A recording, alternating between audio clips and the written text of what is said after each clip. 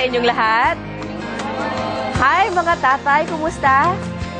Happy Father's Day! Hi Tatay Lolo, Happy Father's Day po! Magandang umaga ho mga kapamilya at kagaya nga po ng inaasahan natin dahil Father's Day po ngayon. Siyempre ang dami nating mga tatay na gumising po para po makasama tayo ngayong umaga at para naman lalo na pampagandang lalaki po ang ating pag-uusapan ngayon. Gusto niyo ba yon? Ha? Para hindi kayo kumbinsido. Ako gusto ko syempre gwapo asawa ko, tatay ko gusto ko gwapo kayo. Gusto niyo gwapo kayo? Pero isa lang ha, isang ano lang ha.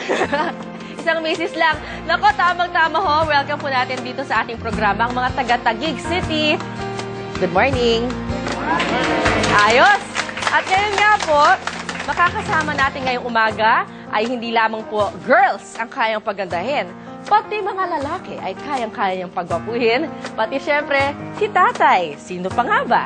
Kundi ang sikat at kapamilya nating cosmetic surgeon na si Dr. Vicky Bello. Hello?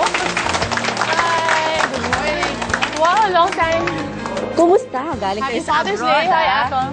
Oo nga eh. I've Happy been gone for a Father's month. Day. Oo, absent ako last Oo, month. na-miss namin kayo. Talaga. I'm glad to be here. Kumanda kayo dahil madami siyang mga tips sa inyo. At speaking of kagwapuhan, sino pa nga ba, no? Lalo pang gagandang umaga natin dahil narito rin po ang isa sa top 10 celebrity dads sa Pilipinas. Ayon po yan sa isang survey, hindi lang ako nagsasabi niyan. Si Mr. Albert Martinez. Yay! Top sexiest man din yan. Di ba sexiest man? Hi, good Good morning. morning. Welcome. Dito Lika, upo na tayo at simulan na Where is me? natin ito. Dito ako dyan. Sa gitna ang syempre ang ating daddy. Daddy. Daddy na mukhang, mukhang bagets na bagets. Magandang umaga po sa inyo lahat. Hello. Nako, excited Good na kami ha. Siyempre gusto nating malaman, ano nga ba ang mga pwede nating pampagwapo sa ating mga tatay? Simulan na natin, Doc. Power Peel. Para kay Daddy. Okay, ito ang pampakinis ng balat. It's make mga crystal siya, parang microdermabrasion, parang sinasanding pa yung wall, di ba, para naging smooth. Ganun po ang nangyayari kasi yung balat natin pag tumatanda tayo, nagiging makuna at ayaw matanggal.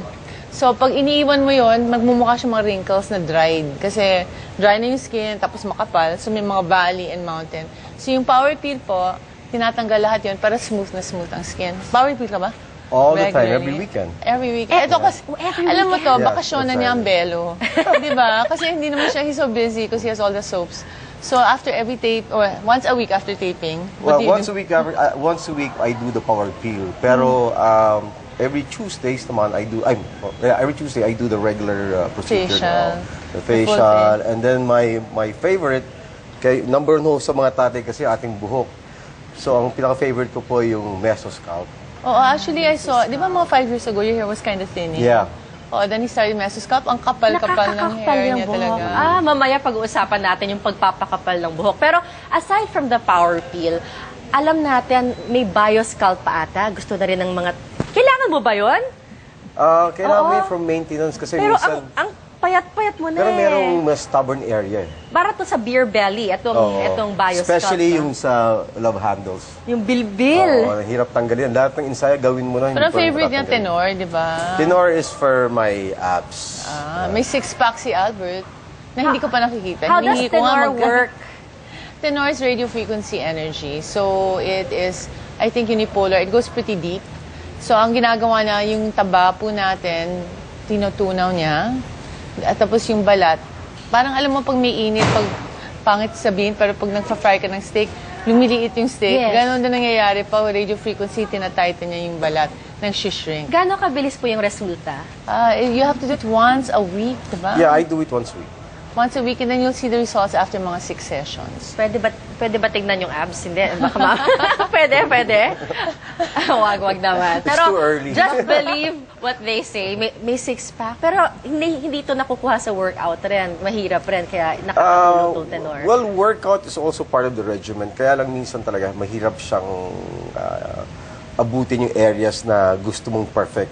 And the only way to do it, na nangyari nga sa akin, is through tenor. So, kailangan may assignment pa rin pala na mag-exercise ka. Oo, combination. Combination para maganda nga naman, mas kumpleto Mas yung kumpleto epekto siya. sa inyo. Pero maliban pa dyan, alam natin, busy kayo sa trabaho. ang kalaban natin, pati ako, pati syempre mga lalaki, mga tatay na stressed, yung dark circles po sa ating mga mata. How do we treat that, Doc? Well, the best thing to do, we have something called meso naman eyes. It's Meso eyes. Oo, nilalagay lang, parang it's a 5-minute treatment. Done again once a week. Napaka-effective niya. Kasi yung anak ko, yung director, Quark, sobrang parang pag napipicture siya, mukha siyang raccoon. Sabi ko, Quark naman, magpagawa ka. So, in 4 sessions, talaga nag-lighten na. But the problem is, pag nag-stop ka ng mga 3 or 4 months, babalik na. So, kailangan gawin mo ulit. But it's so Kailangan easy to do. tuloy-tuloy. Painless, 5 minutes. Kaya-kaya naman ng lahat ng tao. Ano po yung laser blepharoplasty? That one naman is for, I'm so impressed with Albert because he's 49. Ayaw ko He nga looks itanong 30, eh. Nahiya ako 35. itanong. No, So, because okay lang, he 40. hasn't needed anything for the eyes. Aha. I guess because he's been maintaining. Pero yung sa mga tao na medyo nagpabaya, usually the skin around the eyes pinakamanipis. So yan ang laging tatanda ka agad. That's the fastest to grow old. At so saka yung eye, oo. nakakatanda yung taping, di ba? Yung puyat. Puyat, oo. Especially when you do it 3 times a week. So I don't know. Well, Anong oras well, kayo natutulog? Normally, we finish at 7 a.m. So, He shows up at Belo at 9. no, minove ko na ngayon ng 1 o'clock. Aba, para so makatulog natutulog ka ako. muna. Oo. Akala ko doon ka natutulog. Tapos kasi pagdating pag ko sa clinic, tulog uli ako doon. Kasi whenever I hear Albert's there, nandito po si Sir Albert, okay, bisitahin ko. Tulog po, okay, di ba? Sabi ko, ginagawang tulugan ng belo.